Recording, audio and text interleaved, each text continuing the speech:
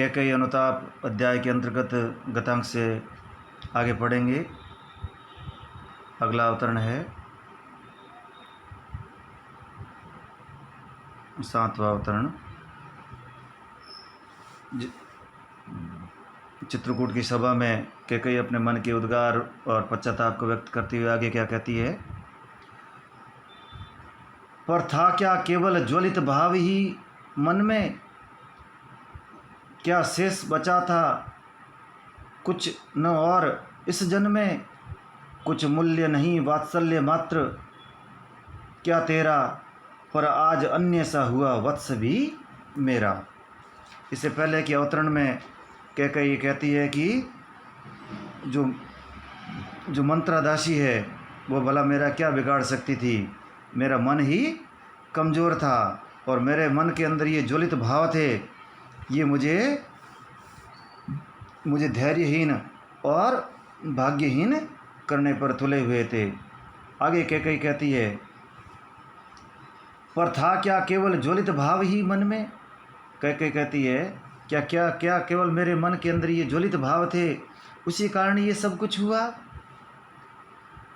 कहने का आशय है कि जो मंत्रा भला उसकी क्या विसात थी कि जो वो मुझे बहकाती। मेरे जो पुत्र स्नेह है, मेरे पुत्र का जो मोह है, उसमें मैं अंधी हो गई थी। उस पुत्र मोह के पास में फंसकर मैंने इस प्रकार का ये अनिष्ट कार्य किया। क्या शेष बचा था कुछ और न इस जन्म में, क्या इस मन के अंदर केवल ज्वलित भाव और केवल पुत्र मोह ही था और मुझे और कुछ नहीं दिखाई दे रहा था।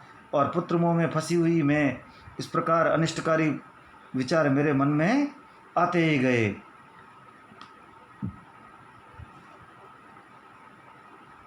कुछ मूल्य नहीं वात्सल्य मात्र क्या तेरा, यानी संसार की जो प्रत्येक माता है अपने पुत्र से प्रेम करती है, और यदि इस प्रकार से यदि मैं अपने पुत्र से यदि स्नेह रखती थी और पुत्र के स्नेह में अंधी होकर या पुत्र के मोह में अंधी होकर अपने पुत्र के हित के लिए यदि मैं कुछ ऐसा मैंने कार्य किया है, तो उसके लिए भी मुझे दोषी न ठहराया जाए, क्योंकि मैंने जो किया एक माता होने के नाते किया।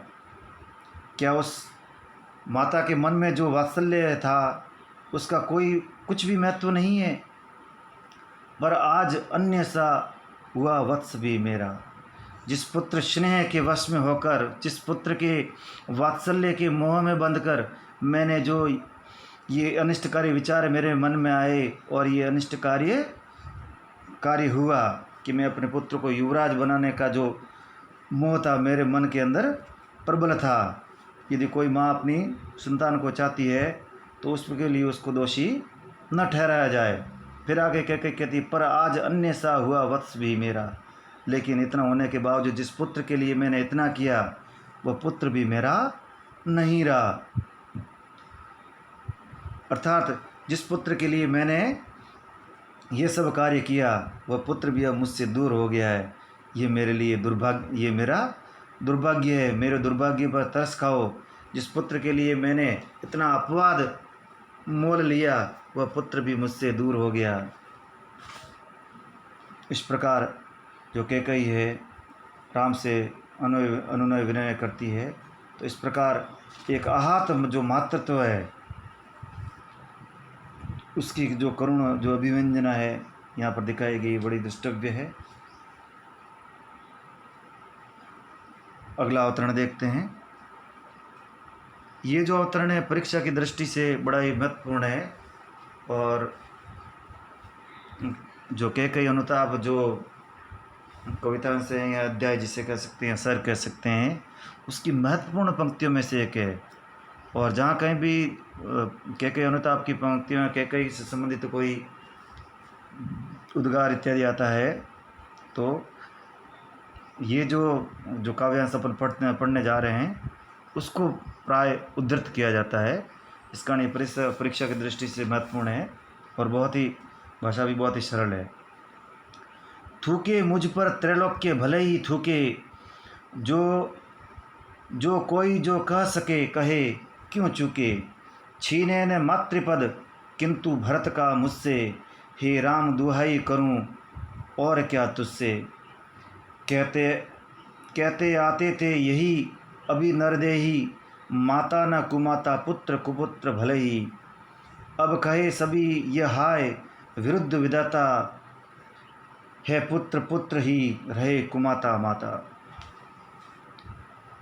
पूर्व प्रसंग में अपन देख चुके हैं कि जो कैकेयी है वह अपने मन की जो ग्लानि और जो वेदना है उसको चित्रकूट की सभा में राम के समक्ष प्रकट करती हुए और अपने आप को स्वयं को दोषी मानती हुई कह रही है, थूके मुझ पर त्रैलोक्य भले ही थूके। त्रिलोक्य यानी त्रिलोक प्लस यह प्रत्यय तो बन गया त्रिलोक्य यानी तीनों लोक। थूके मुझ पर त्रैलोक्य भले ही थूके, मैंने ये जो अविवेकपूर्ण और जो अनिष्ट कार्य किया है उसके लिए तीन लोक के प्राणी भले ही मुझ पर थूके, मुझे उसके लिए दोषी ठहराए, क्योंकि मैंने कार्य ही इस प्रकार का किया है, उसके लिए मुझे किसी प्रकार का कोई दुख नहीं है। जो कोई जो कह सके कहे क्यों चुके, भले ही मुझ पर कितने ही अपवाद लगाए जाए, भले ही मुझे कितना ही दोषी ठहराया जाए, मैं सब को उसको झेलने के लिए तैयार हूँ, उसके लिए मुझे दुख नहीं है। छीने न, लेकिन कैकेयी आगे कहती है कि मैंने जो कृत्य किया है, जो कार्य किया है, जो अनिष्ट कार्य किया है, उसके लिए मुझे भले ही मुझे कितने ही अपशब्द कहा जाए, मुझे भले ही कितना ही धिक्कारा जाए, उसका मुझे कोई विरोध नहीं है। छीने न मात्र पद किंतु भरत का मुझसे, लेकिन मैं भरत जैसे महान पुत्र की माता हूँ, ये मातृपद है, माता होने का जो सम्मान है ये मुझसे कोई न छीने। कहते आते थे यही अभी नरदेही, नरदेही यानी जिसने नर की देह धारण कर रखी है अर्थात मानव। तो अभी राह में आते समय, मार्ग में आते समय मैंने सुना था कुछ लोग बातें कर रहे थे। क्या कर रहे थे? माता न कुमाता पुत्र पुत्र पुत्र कुपुत्र भले ही। ये लोक में प्रचलित उक्ति भी है कि पुत्र भले ही कुपुत्र हो सकता है, लेकिन माता कभी कुमाता नहीं हो सकती। कैकेयी कहती है कि ये जो उक्ति है इसको भी मैंने झुटला दिया है, अर्थात जो मेरा जो कृत्य है वह मुझे माता से कुमाता बनाता है। अर्थात ये जो परंपरा है कि माता कभी कुमाता नहीं हो सकती, पुत्र भले ही कुपुत्र हो जाए, उस परंपरा के मैंने विरुद्ध कार्य किया है।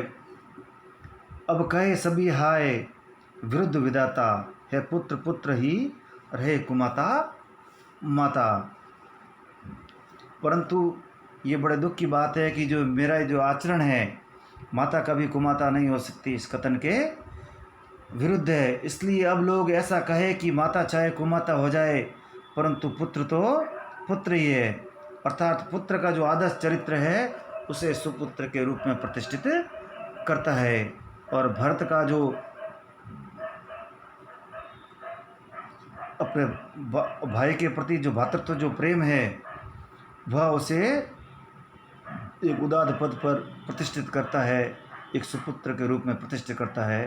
अर्थात जो एक भाई के रूप में जो भरत का जो आदर्श है वह सबके लिए अनुकरणीय है।